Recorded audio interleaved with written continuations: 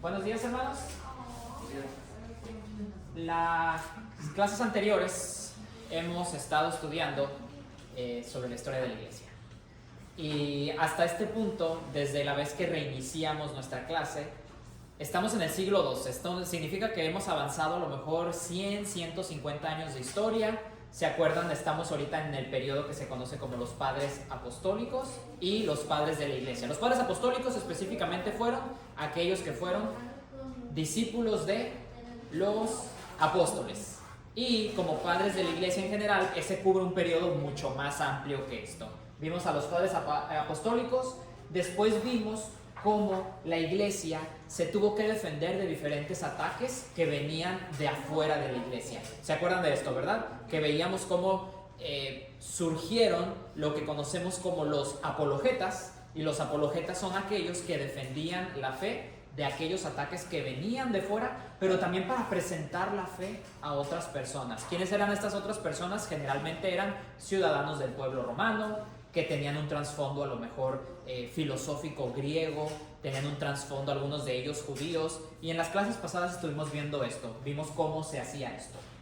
Lo que vamos a ver ahora entonces es cómo la iglesia pasó de tener apologetas que se defendieran en contra de los ataques externos de la iglesia. Ahora vamos a ver cuáles fueron los ataques dentro de la iglesia.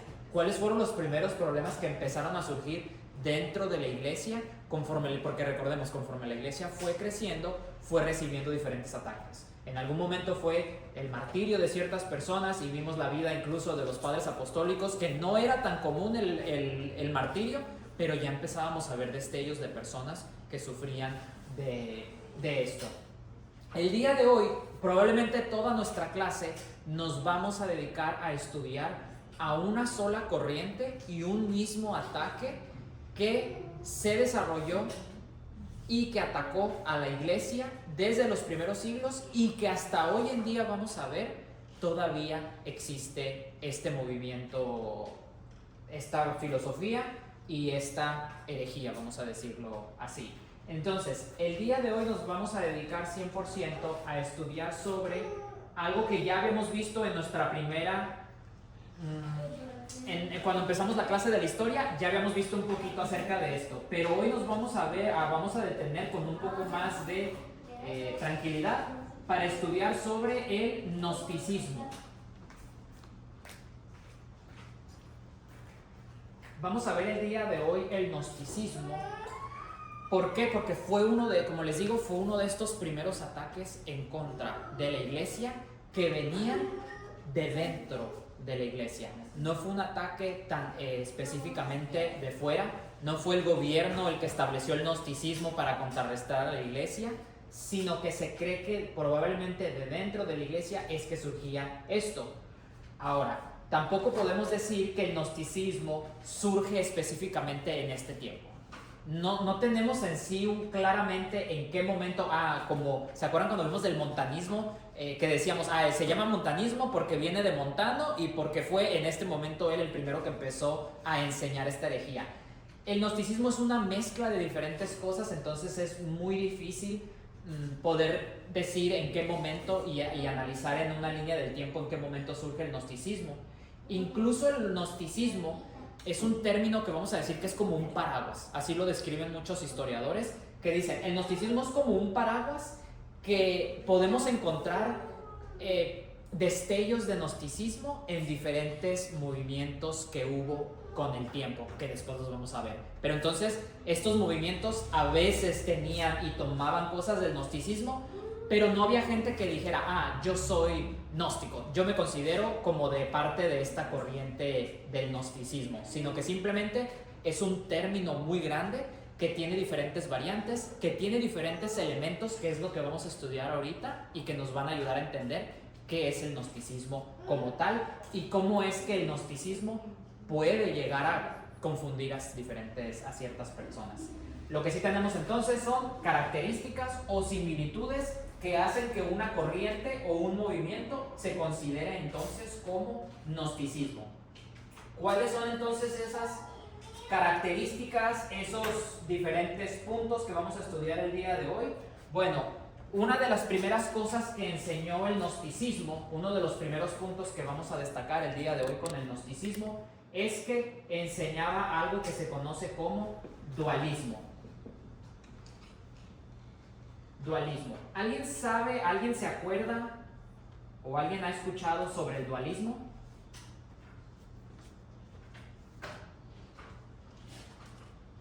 No. Ok. El dualismo sí viene plenamente de los griegos, y el dualismo lo que enseña es que lo espiritual es bueno y lo material es malo. ¿Qué significa? Que todas aquellas cosas que no vemos, como el espíritu, el alma, son cosas buenas, pero todo lo material, por ejemplo, el cuerpo, las cosas que comemos, las cosas que hacemos con nuestro cuerpo, el gnosticismo tomaba el dualismo y decía: lo espiritual y lo fuera de lo material es bueno, lo material, entonces, eso todo que sea material es malo. ¿Qué pasa, hermanos? Les digo, hay que tener mucho cuidado, porque incluso hoy en día hay ciertas corrientes, vamos a decirlo, dentro del mismo movimiento evangélico, que enseñan una clase de dualismo. Y no sé si ustedes las han escuchado o las han visto, gente que puede llegar a enseñar que si tú estás haciendo cualquier cosa que se asemeje a algo del mundo, ya está mal. ¿Y qué hace el énfasis?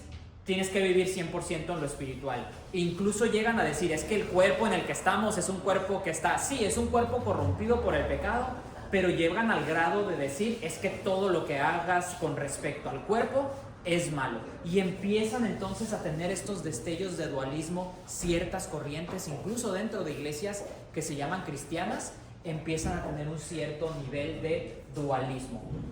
¿Cómo nos defendemos en contra de esto? Si el día de mañana a ustedes se les presenta una persona que les dice, es que estás mal porque todo lo material es malo y todo este mundo es malo, ¿cómo nos defendemos con respecto a esto? Vamos a abrir nuestras Biblias. Vamos a empezar con Génesis capítulo 1 y versículo 31.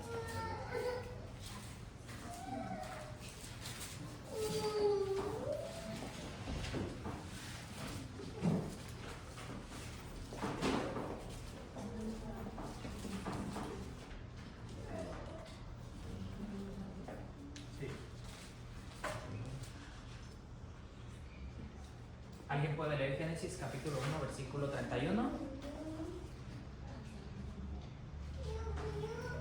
¿Víctor?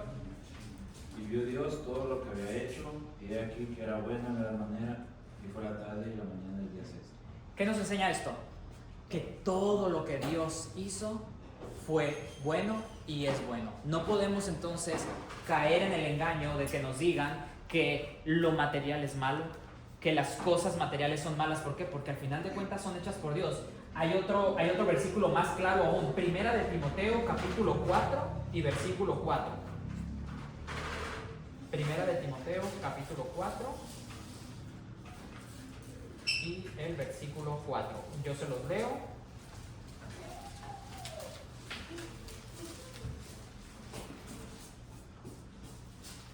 Les leo Primera de Timoteo 4:4. Porque todo lo que Dios creó es bueno y nada es de desecharse si se toma con acción de gracias. Entonces, otro versículo que podemos usar como respaldo cuando se nos presente alguna persona enseñándonos o tratando de enseñar esta corriente. Como les digo, dentro del gnosticismo está el dualismo. ¿Qué más enseñaba el gnosticismo? Bueno, el gnosticismo enseñaba algo que se conoce como docetismo. Ya lo vimos también. ¿Alguien se acuerda de pura casualidad qué es el docetismo? ¿O qué enseñaba el docetismo?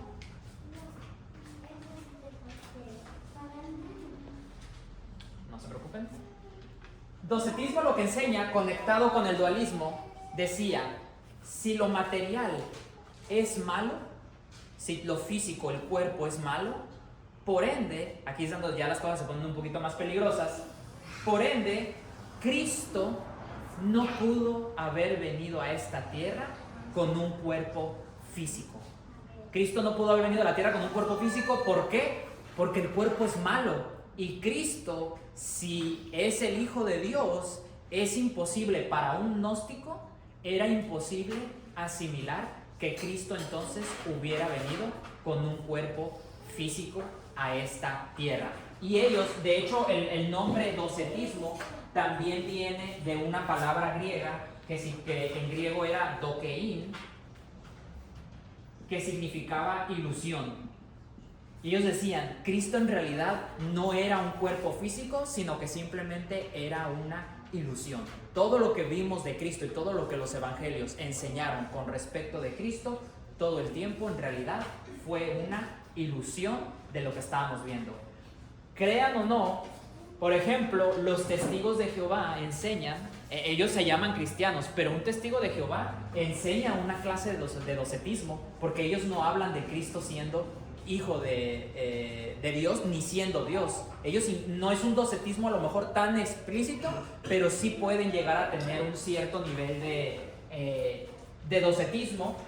Interesante, el Islam claramente enseña que Cristo fue una ilusión 100%, que Cristo vino simplemente como este dokein, esta ilusión, esta imagen, pero que Cristo en realidad nunca fue un cuerpo. Eso enseña el Islam. Y hoy en día el decir, incluso el que uno diga, es que Cristo sí fue un buen maestro, un maestro moral, pero no era Dios, ya empieza uno a poder estar tocando, ahora sí que aguas peligrosas, y puede estar uno llegando a hablar, incluso a considerarse un cierto nivel de docetismo ligero, vamos a decirlo así, porque no está diciendo uno que fue una ilusión, pero ya el hecho de no atribuirle a Cristo la divinidad que merece Cristo, ya uno puede estar cayendo en peligro en esto. Entonces, por ende, el dualismo entonces nos da como resultado el docetismo, pero les digo, estos dos hasta ahorita, síntomas de una persona gnóstica. ¿Cómo nos defendemos con respecto de esto? En sus Biblias ustedes pueden ver,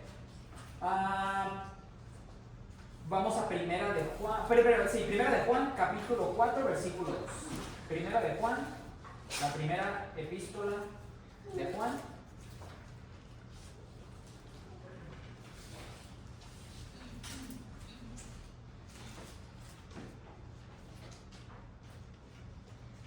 ¿Alguien puede leer capítulo 4, versículo 2?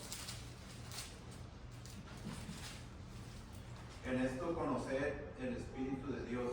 Todo espíritu que confiesa que Jesucristo ha venido en carne es de Dios. Jesucristo ha venido en carne y Jesucristo es de Dios. Es una doctrina bien fundamental para nosotros, el reconocer que Cristo es el Hijo de Dios, Cristo es el Dios encarnado, es una de las doctrinas más importantes. Les enseñamos esto, hermanos, porque no queremos que el día de mañana uno de ustedes salga de esta iglesia y diga, yo me fui a los testigos de Jehová y a los mormones, sabemos que no va a pasar, pero que no haya la excusa de que alguien nos diga, yo me fui a los testigos de Jehová y a los mormones, porque enseñan lo mismo, porque es exactamente lo mismo que se enseñaba aquí. Definitivamente no. Desde ahorita les puedo decir, hay una línea bien marcada de la cual no se va a pasar, y esa línea va a ser sobre que Cristo es Dios, Cristo es el Hijo de Dios y vino en la carne. Ahí mismo en Primera de Juan, pero en el capítulo 1 y versículo 1, nos dice Juan algo similar. Lo que era desde el principio, lo que hemos oído, lo que hemos visto con nuestros ojos, lo que hemos contemplado, o sea, dice Juan, lo vimos, lo contemplamos, y dice, palparon nuestras manos tocante al verbo de vida. Por si había duda, ¿qué dice Juan? Lo vimos, lo contemplamos, o sea, estuvo así enfrente de nosotros, pero no se quedó ahí, lo pudimos tocar. Entonces queda automáticamente desacreditada la idea de que Cristo pudo haber venido como una simple imagen o una simple ilusión. ¿Alguna pregunta o duda hasta aquí? La palabra gnosticismo. Ahorita vamos a llegar ahí, perfecto, sí. Ok, ahorita en 2 puntos llegamos al origen de la palabra gnosticismo. Gracias, hermano. Ok, si no hay más dudas, vamos entonces a ver el siguiente punto, lo siguiente que enseñaba el gnosticismo. Igual, un poco relacionado con el dualismo. El gnosticismo decía, ok, lo material es malo, lo espiritual es bueno. Cristo no pudo haber venido en un cuerpo material. ¿Por qué? Porque sería malo. Pero luego, ¿qué pasa cuando leemos el relato de Génesis? Génesis nos dice que Dios creó todo. Entonces, para justificar el gnosticismo, para justificar el dualismo, llegaban al grado de decir, es que hay dos dioses. Decían, hay dos dioses. Uno de esos dioses es el Dios que vemos en el Antiguo Testamento. Dios del Antiguo Testamento. Y hay un segundo Dios que está por encima de este primero, que es el verdadero Dios, pero es un segundo Dios que es el Dios del Nuevo Testamento. Ellos decían entonces, al primer Dios, al del Antiguo Testamento, solo le corresponde o le correspondía hacer el mundo, la creación. A él le correspondía el juicio, vamos a decir las cosas malas. Pero al Dios del Nuevo Testamento es al que le corresponde el amor y la misericordia. Esa era la distinción que tenían que hacer ellos dos con respecto a un Dios en el Antiguo Testamento y un Dios en el Nuevo Testamento. Muy claramente el mormonismo enseña un tipo de dos dioses en el que ellos hablan sobre esto, rechazan un poco de lo que se enseña en el Antiguo Testamento, en el mormonismo. Hay una brecha entre... los mormones enseñan que en algún momento nosotros podemos ser dioses. Entonces ya desde ahí ya hay un problema muy grave con eso. Pero ojo, hermanos, aquí es donde también se pone un poquito, vamos a decirlo, peligroso, porque allá afuera también hay corrientes evangélicas que pueden llegar a dar la idea de que el Dios del Antiguo Testamento no es el mismo Dios del Nuevo Testamento. ¿Y cómo hacemos esto? Cuando decimos, es que Dios trabajaba de diferentes maneras en el Antiguo Testamento, pero en el Nuevo Testamento Dios ya cambió su manera de ser. Dios no cambia. Un Dios que cambia no es un Dios verdadero. Y el mismo Dios que leemos que mandó descender fuego sobre Sodoma y Gomorra es el mismo Dios que envió a su Hijo Jesucristo en amor por pecadores. No hay distinción entre un Dios del Antiguo Testamento y del Nuevo Testamento, y mucho ojo con eso, porque entonces uno decir y querer justificar, porque eso es lo que hacemos, justificamos a Dios cuando alguien nos pregunta, ¿y es que Dios por qué mandaba matar a todos estos pueblos? Es el mismo Dios, y es el mismo Dios que hoy en día está airado en contra del pecado, y el Dios que hasta hoy en día tiene esa, como dice el pasaje en Hebreos, cosa temible es caer en manos de un Dios consumidor. O sea, un Dios es exactamente el mismo. Y el mismo Dios que le corresponde la creación, que le corresponde el juicio, es el mismo Dios que tiene amor y tiene misericordia sobre su creación. No hay una distinción de entre dioses, pero mucho cuidado, porque ya el decir estas cosas, ya estamos cayendo en un tipo de gnosticismo. Ya con el simple hecho de uno querer justificar a Dios diciendo que, sí, Dios trabajaba de una manera, salvó a las personas de una manera, que esto es lo que hace el dispensacionalismo muchas veces, algún tipo de dispensacionalismo. Dios salvó de una manera a las personas en el Antiguo Testamento, pero salvó a otras en el Nuevo Testamento. No, siempre ha sido por gracia, siempre ha sido por fe, y siempre ha sido por fe en Cristo la salvación que viene a las personas, no por cumplir la ley, no por hacer ciertas obras, porque entonces alguien tendría de qué gloriarse. El rey David pudiera decir, yo fui mejor que los demás porque tuve un corazón de acuerdo al corazón de Dios, etc. ¿Cómo nos defendemos de esto? Vean en nuestras Biblias Juan capítulo 1, versículo 3.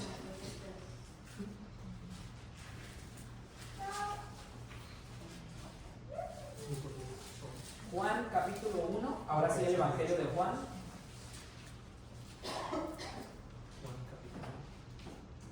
¿Juan qué? Capítulo 1, versículo 3.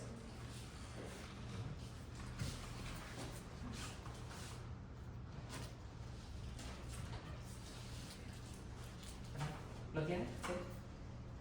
Todas las cosas por Él fueron hechas, y sin Él nada de lo que ha sido hecho fue hecho. Todas las cosas por Él fueron hechas, y aquí se está refiriendo al Verbo. Al mismo Cristo es el que ha hecho todas las cosas, Vean por favor Hebreos, este versículo me gusta mucho, Hebreos capítulo 1 y versículo 1. Ese, si gustan, yo se los leo. Hebreos capítulo 1.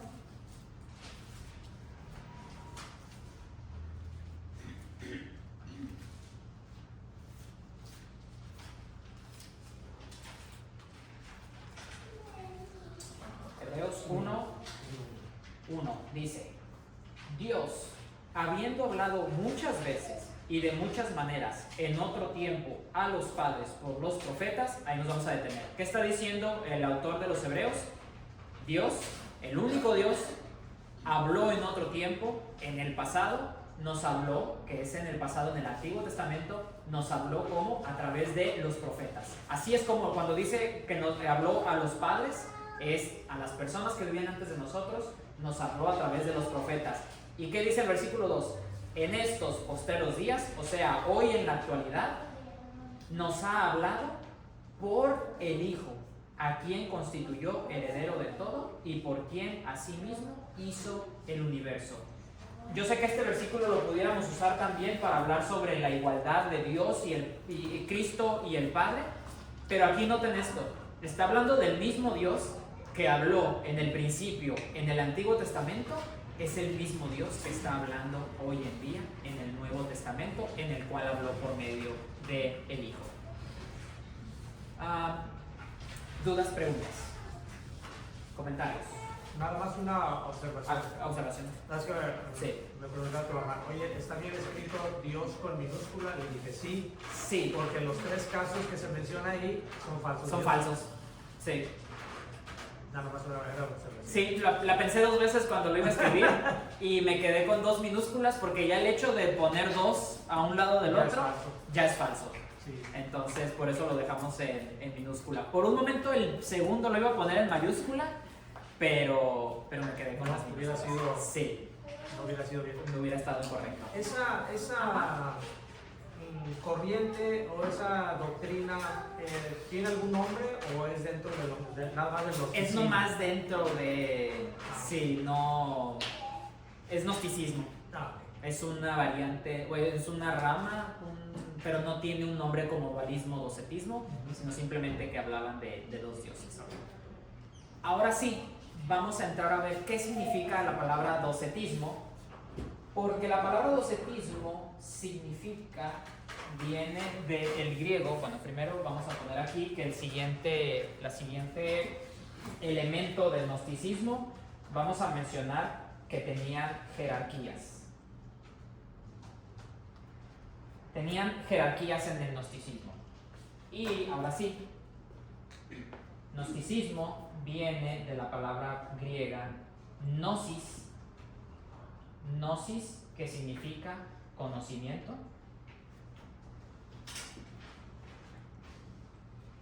Y la razón por la que se llamaba gnosticismo era porque esa palabra conocimiento no era un conocimiento general, no era simplemente conocimiento de, yo tengo el conocimiento de la Biblia, yo tengo el conocimiento, sino que ellos hablaban de este conocimiento como un conocimiento por encima de todo lo demás, un conocimiento elevado de lo normal.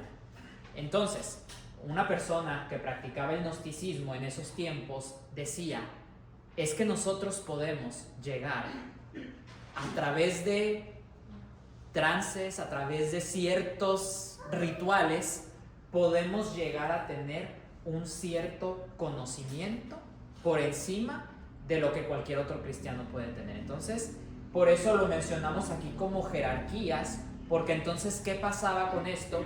Que empezaba a haber jerarquías. Ellos de hecho dividían, el mundo entero lo dividían en 3. Tenían, número 1, a los cristianos por encima. Si vemos en una pirámide, bueno, vamos a empezar por abajo de la pirámide. Aquí abajo estaban todas las personas del mundo, todas las personas que no eran cristianas, todo el pagano, todo aquel que no practicaba el cristianismo estaba en esta parte. Pero lo decían, pero están los que sí llegan a la fe. Pero es el cristiano, vamos a decirlo, el cristiano promedio. Y luego, ¿qué decían ellos? Pero dentro de ese cristianismo promedio hay un cierto grupo de cristianos que tienen un cierto beneficio de tener un conocimiento mayor que el que tienen los demás. Traducido esto a hoy en día, que vemos en las iglesias que pasa muchas veces. Vemos que sobre todo en la iglesia que se le conoce como el movimiento de fe, en Estados Unidos tiene un nombre similar como a decir como proclámalo y tenlo.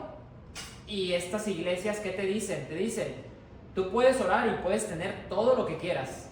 Incluso puedes orar para que tengas dinero, puedes orar para que tu abuelita que está en el hospital el día de mañana se sane de todas sus enfermedades. Pero ¿qué te dicen? Pero tienes que llegar a un cierto nivel de fe que ahorita pues no tienes. Y si el día de mañana el milagro que tú estabas buscando que se cumpliera no se cumple, no es porque Dios no quisiera o porque Dios no tuviera el poder, sino porque a ti te faltó la fe.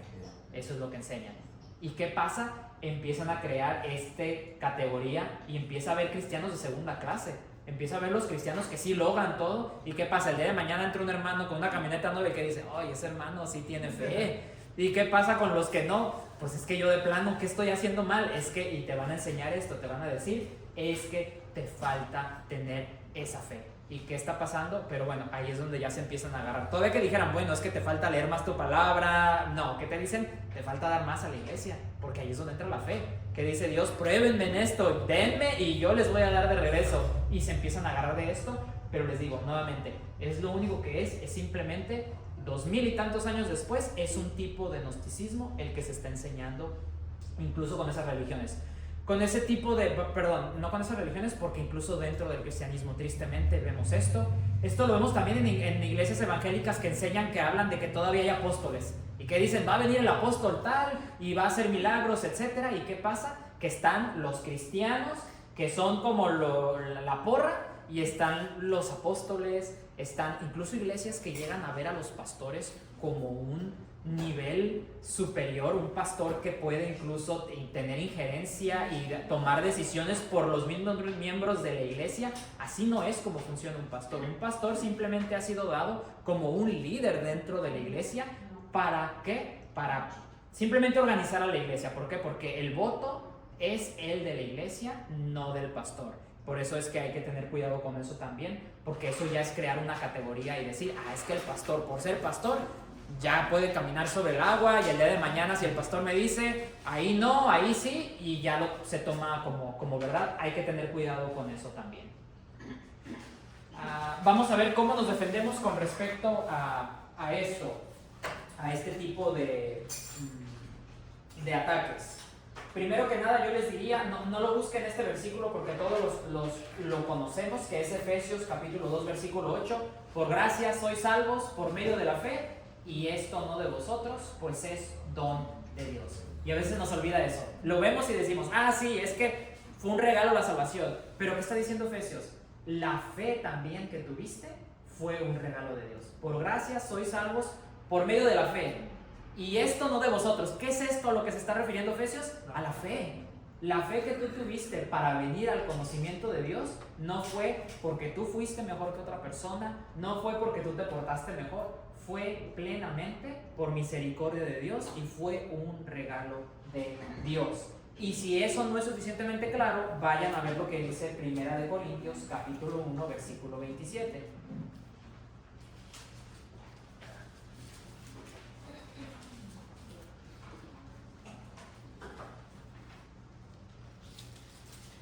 Y si alguien puede leer 1 Corintios 1, 27.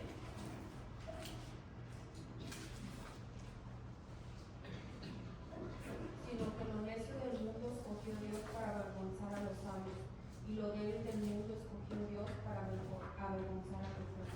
Entonces, si alguien puede venir y decir, es que yo fui de lo más sabio, aquí lo que dice la palabra es, a lo más necio del mundo escogió Dios, y a lo más débil del mundo escogió Dios. No a personas con un conocimiento por encima de las demás personas, y nunca la Biblia nos habla de que tenemos que tener algún tipo de revelación especial para estar en este nivel, como les digo, en una categoría superior a la del resto de nuestros hermanos. Entonces, mucho ojo, mucho cuidado con este tipo de ataques en contra de la iglesia. ¿Alguna pregunta sobre esto que acabamos de ver, hermanos? Sí. ¿Hay algo que relacione a los 4 diferentes categorías de gnosticismo? Porque una es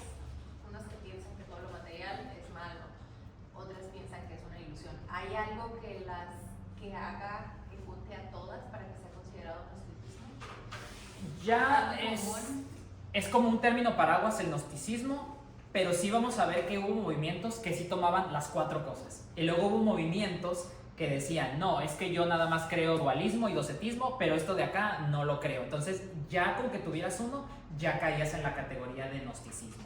Pero nunca hubo nadie que dijo, yo era gnóstico porque cumplía con estos 4 elementos. ¿Y qué hace a cada una elegible para poder estar en la categoría de gnosticismo? Ya el simple hecho de existir, ya el dualismo, por ser dualismo, ya es gnosticismo. ¿Ok? Muy bien. ¿Alguna pregunta? ¿Sí, hermano? Bueno, todos estos Sí. ya los conocemos en religiones, Sí. etcétera, de hoy. Sí. Pero en aquel tiempo, más o menos, ¿en qué año empezaron a aparecer? Ya desde el año 120, 150, ya empezaban a aparecer estas corrientes. Ya empezaba a haber un poco de... En Roma, algo. en todo. Sí. Ahora, algo que quiero que recuerden es que el gnosticismo fue un movimiento también que se cree que surge, por eso les decía que veíamos los ataques externos. Esto ahorita para nuestros ojos parece un ataque externo. ¿Por qué? Porque decimos, hay alguien que venga a enseñarnos que Cristo vino como una ilusión, debe ser algo que viene de fuera de la iglesia. En ese tiempo era algo que venía de dentro de la iglesia. No podemos decir que el origen del gnosticismo es cristiano, no creo que podamos llegar a esa conclusión, pero lo que sí sabemos es que aquellos que practicaban y enseñaban gnosticismo utilizaban la Biblia para respaldar sus ideas. Por eso les digo que era un ataque interno, porque no era que decían, es que estamos hablando de esta corriente filosófica, o estamos hablando de esto. No, ellos utilizaban la misma Biblia para entonces dar sustento y dar fundamento a sus creencias. Por ejemplo, voy un poco rápido con esto. Tengo los versículos, pero se los voy a ir diciendo nada más porque quiero que lleguemos a la conclusión. Por ejemplo, en el dualismo, ellos citaban a Juan capítulo 4, versículo 24, y en ese versículo se habla de que Dios es espíritu. Y ellos ya con ese versículo tenían suficiente argumento para decir, ok, lo que aquí dice es que Dios, que es algo divino, no es material. Y entonces, como Dios es espíritu y Dios es bueno, entonces Juan 4:24 respalda nuestra teoría y por eso el dualismo es correcto. Y ya se basaban en ese versículo. Para hablar con respecto del docetismo, ellos tomaban el versículo de, si no me acuerdo, es Filipenses 2. Sí, Dios siendo en forma de Dios se despojó, Cristo en forma de Dios se despojó de sí mismo, tomando forma de siervo. El verbo de despojarse es el verbo kenosis, que para ellos significaba que lo que Cristo tuvo que hacer, ellos lo interpretaban, que Cristo tomó simplemente una ilusión humana. ¿Por qué? Porque se despojó de lo divino, pero ellos dicen, pero no significa que haya tomado un cuerpo humano, sino simplemente que se despojó. Ojo, ellos incluso desechaban mucho, ellos hacían sus propias versiones, vamos a decirlo, de la Biblia y de los evangelios, y hay registros de que ellos, por ejemplo, el evangelio de Lucas empezaba en un punto, no hablaba ni de la genealogía de Jesús, no hablaba del nacimiento virginal de Jesús, no hablaba de nada de eso, y empezaba con que Cristo descendió del cielo, y empezaba con, empezaba la narrativa del sermón del monte, por así decirlo, en Mateo. Adaptaban los evangelios para que entonces no hubiera mención de nada con respecto a el hecho de que Cristo haya venido en carne. Era lo que enseñaban, pero les digo, tomaban ese versículo. Este está muy interesante. Con respecto a los dos dioses, ellos decían, tomaban Juan capítulo 1, versículo 18. Juan 1:18. En Juan 1:18 dice, a Dios nadie le vio jamás. ¿Ok? Y uno diría, ok, pues está bien, no hay ningún problema con eso. Pero ellos decían, ok, pero ¿qué pasa? Que dice en el Antiguo Testamento, dice que, por ejemplo, que Abraham, Moisés e Isaías vieron a Dios. Lo vieron de espaldas, pero lo vieron. Entonces, ¿qué dicen ellos? Si el Nuevo Testamento dice que a Dios nadie le vio jamás, y el Antiguo Testamento dice que Abraham, Moisés vieron a Dios, hay dos dioses entonces. Uno que sí se puede ver y uno que no se puede ver. Y este era uno de los versículos a los que más se aferraban ellos para respaldar esta doctrina de los dos dioses. Por último, sobre las jerarquías, ellos también se aferraban mucho a las cartas de Pablo y tomaban 1 Corintios capítulo 2 versículo 14 al 15, que dice: el hombre natural no percibe las cosas del Espíritu de Dios, pero el espiritual juzga todas las cosas. Y está perfecto ese versículo. ¿Por qué? Porque entonces, ¿qué puede decir uno? Es que hay un hombre carnal y hay un hombre espiritual. ¿Y qué se enseña hoy en día? Que hay cristiano carnal y hay cristiano espiritual. Y entonces ya hay dos tipos de cristianos: el cristiano que vive un poquito conforme al mundo, el cristiano que no viene todos los domingos a la iglesia, y está el cristiano espiritual, el que está aquí, el que da sus diezmos, el que da sus ofrendas. ¿Y qué pasa? Que ya estamos creando un tipo de jerarquía y estamos cayendo, ojo, estamos cayendo en el gnosticismo, una palabra que ya para nosotros pudiera ser así como nos espantamos de escuchar gnosticismo, pero qué peligroso y qué fácil puede ser para nosotros caer en una de esas doctrinas, falsas herejías, falsas doctrinas. Este tipo de herejías se basaban en esos versículos. Ok, ¿hay dudas, preguntas? ¿No? Sí. Si creían en el dualismo de que lo material es malo, y luego en lo de las jerarquías, que si no tenías fe, pues no te bendecía el Señor por cosas, lo hacen como, no sé, Contradictorio, ¿no? Sí, probablemente a este momento sí sea contradictorio. En ese tiempo para ellos las jerarquías no significaba tanto que recibías bendición material. Para ellos era que recibías un conocimiento por encima del de los demás. Aplicado a hoy en día es cuando hoy en día vemos a personas que dicen que nada más toman las jerarquías y te dicen: puedes tú llegar a ser un nivel de cristiano mucho mayor y te puede llegar bendición material. Pero ya es contradictorio si dijéramos que en el principio se enseñaba de esa misma manera. Sí, sí es lo que más o menos la duda, ¿verdad? Pero sí, muy buena pregunta. Entonces no es verdad lo de los dos dioses. No, para nada. Mentira 100%. Herejía. Sí, mucho cuidado con eso. Hablar o pensar que en algún momento puede haber dos dioses. ¿Hay dioses falsos? Sí, pero no existen. Son producto del corazón del hombre. Dios, solo hay un solo Dios, y por eso es que decíamos, y nos daba risa de escribirlo en minúscula. ¿Por qué? Porque no sería un Dios con mayúscula, el Dios verdadero. Ok, y es importante eso que comentaste acerca también de que Dios no cambia. Sí. O sea, el mismo Dios que destruyó Sodoma y Gomorra es el mismo Dios que puede volver a hacerlo. Que va a venir en juicio. Va a venir en juicio, y que es amor. Y, sí. O sea, todos los atributos de Dios son los atributos que ha tenido Dios desde el principio. Sí. Siempre así. Sí. Sí, porque un Dios que cambia, o sea, un Dios que podamos tratar de meter la idea de, es que Dios sí es cierto, se dio cuenta de esto y no estuvo tan bien ponerle la carga a las personas de la ley, entonces Dios cambió de parecer en eso. Que Dios cambie de parecer significa que se equivocó. Y pensar en un Dios que se equivoca no está bien.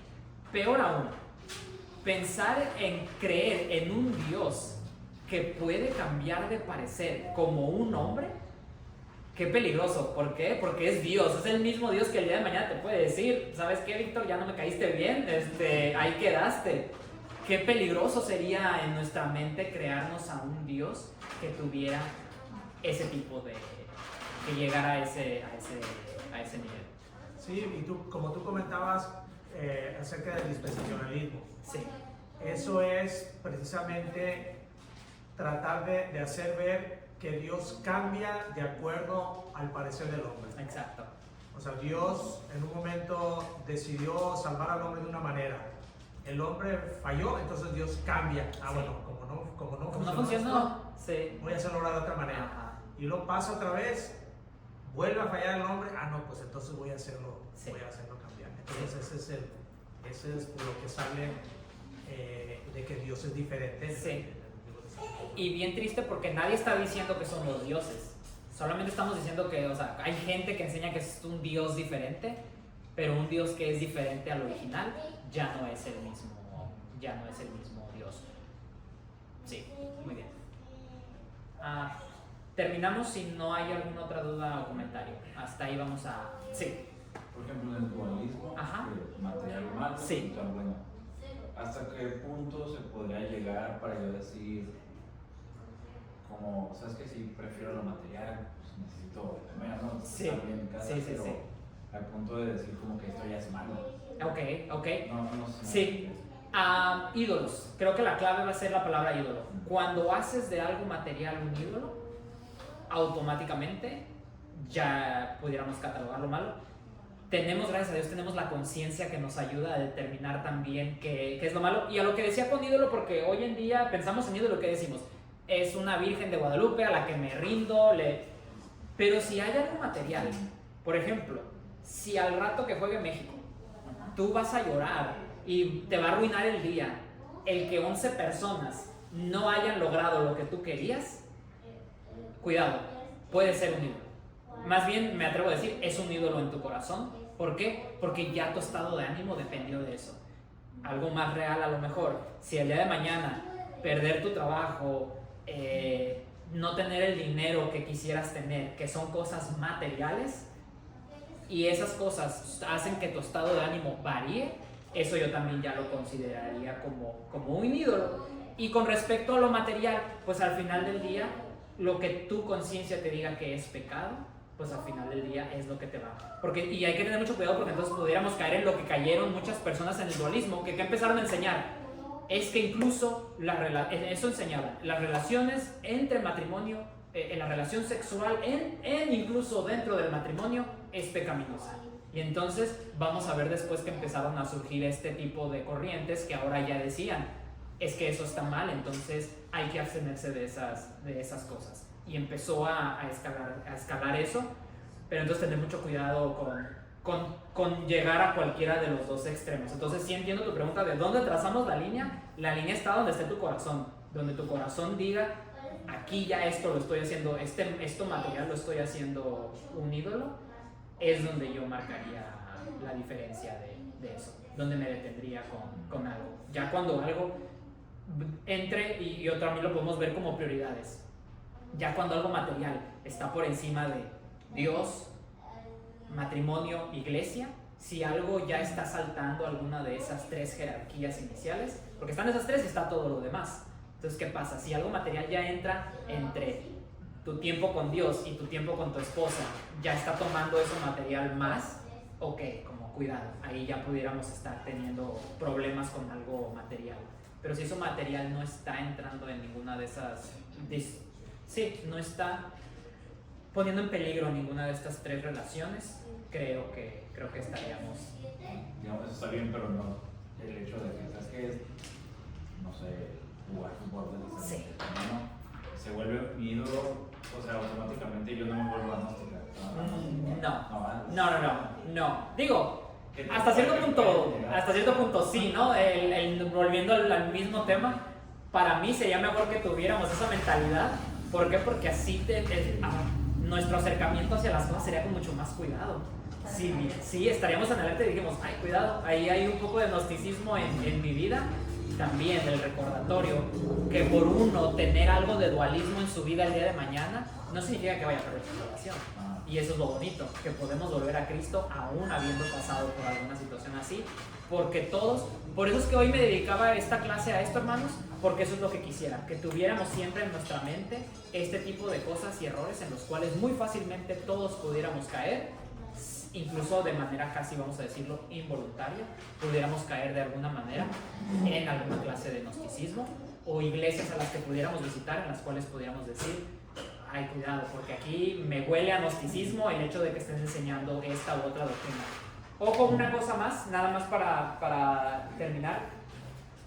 Tener cuidado, esto nos enseña también a tener mucho cuidado con no extraer versículos individuales de la Biblia para crear doctrinas que no son compatibles con el resto de la Biblia. Ahí es donde también yo les daría una advertencia a todos, que tengamos cuidado con eso, porque eso es lo que hacía el gnóstico. Tomaba un versículo, a Dios nadie lo vio, y ya con eso se formulaban toda una doctrina que no correspondía a todo lo demás. Entonces, todas las enseñanzas que recibamos del pastor, de cualquier predicación que escuchemos en YouTube, tener cuidado de no tomar doctrinas aisladas, de versículos aislados, simplemente para hacer, como dicen, un castillo de naipes en base a algo tan frágil como un solo versículo para sustentar toda una doctrina.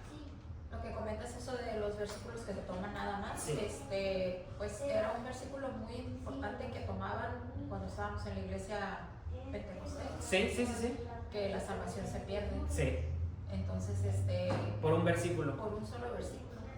O sea, y era algo que lo repetían, Sí. y repetían en consejería, en todo, en Sí. predicaciones. Ujú. La salvación se pierde, Sí. la salvación se pierde. Sí.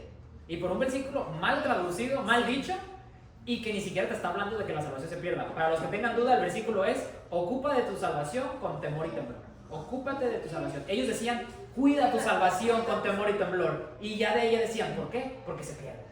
Porque la salvación se puede perder. Con un versículo era suficiente para ellos, para entonces ya crear una Y doctrina. la palabra cuida tu salvación, que era, la Biblia dice ocúpate de tu Ocúpate. salvación. O sea, era tan que ya lo teníamos tan. En una ocasión, en el grupo que teníamos en la casa, mi esposo puso a leer la Biblia, bueno, el versículo Sí. ese a una señora.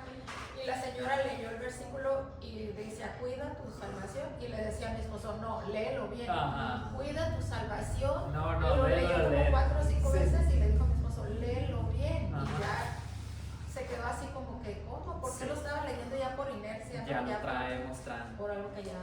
Sí. También hay unos versículos del cual se apoyan para decir que hay cristianos carnales en Corintios, Ujú. donde dicen: les hablo como Como a- no espirituales, sino Sí. como a carnales, cuando son versículos tomados fuera del contexto. Fuera del contexto del que escribe a Pablo. Sí, cuando Romanos 8 claramente que te dice que no puede evitar lo carnal como Sí, espiritual. exacto. Es un pasaje, ¿cómo se dice? Romanos 8, un capítulo muy bueno para Sí. determinar que no hay Ujú. ningún carnal. Sí, Es exacto. espiritual o eres carnal, si no caemos en el Ujú. Sí, muy bien. Ok, hermanos, no alcanzamos a terminar de ver. Próxima semana, para los que estén interesados, próxima semana vamos a ver cómo es que surge el gnosticismo, de dónde viene la corriente del gnosticismo. Y ojo, porque hay quienes creen que dentro de la misma Biblia ya se nos habla de quiénes eran las personas que enseñaban gnosticismo, pero se los dejo para la siguiente semana. Ok, muchas gracias. 5 minutos y continuamos entonces con la predicación. Si alguien ocupa tomar foto, ya. Ok, gracias.